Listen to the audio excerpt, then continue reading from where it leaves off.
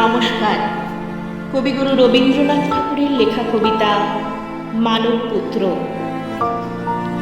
মৃত্যুর পাত্রে খ্রিস্ট যেদিন মৃত্যুহীন প্রাণ উৎসর্গ করলেন রবাহত অনাহতের জন্যে, তারপরে কেটে গেছে বহু শত বৎসর। আজ তিনি একবার নেমে এলেন নিত্যধাম থেকে মর্তধামে।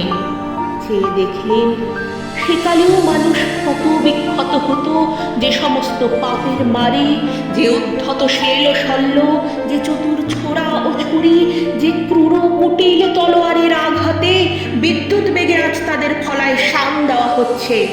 হিস হিস শব্দে স্ফুলিঙ্গ উড়িয়ে বড় বড় মসি ধূমকেতন কারখানা ঘরে।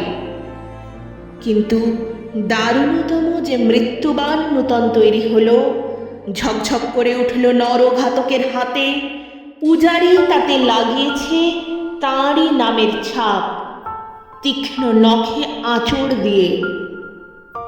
খ্রিস্ট বুকে হাত চেপে ধরলেন, বুঝলেন শেষ হয়নি তার নিরবচ্ছিন্ন মৃত্যুর মুহূর্ত।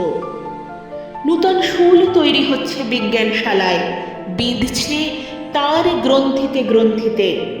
সেদিন তাকে মেরেছিল যারা ধর্মমন্দিরের ছায়ায় দাঁড়িয়ে, তারাই আজ নূতন জন্ম নিল দলে দলে। তারাই আজ ধর্মমন্দিরের বেদির সামনে থেকে পূজা মন্ত্রের সুরে ডাকছে ঘাতক সৈন্যকে, বলছে মারো মারো।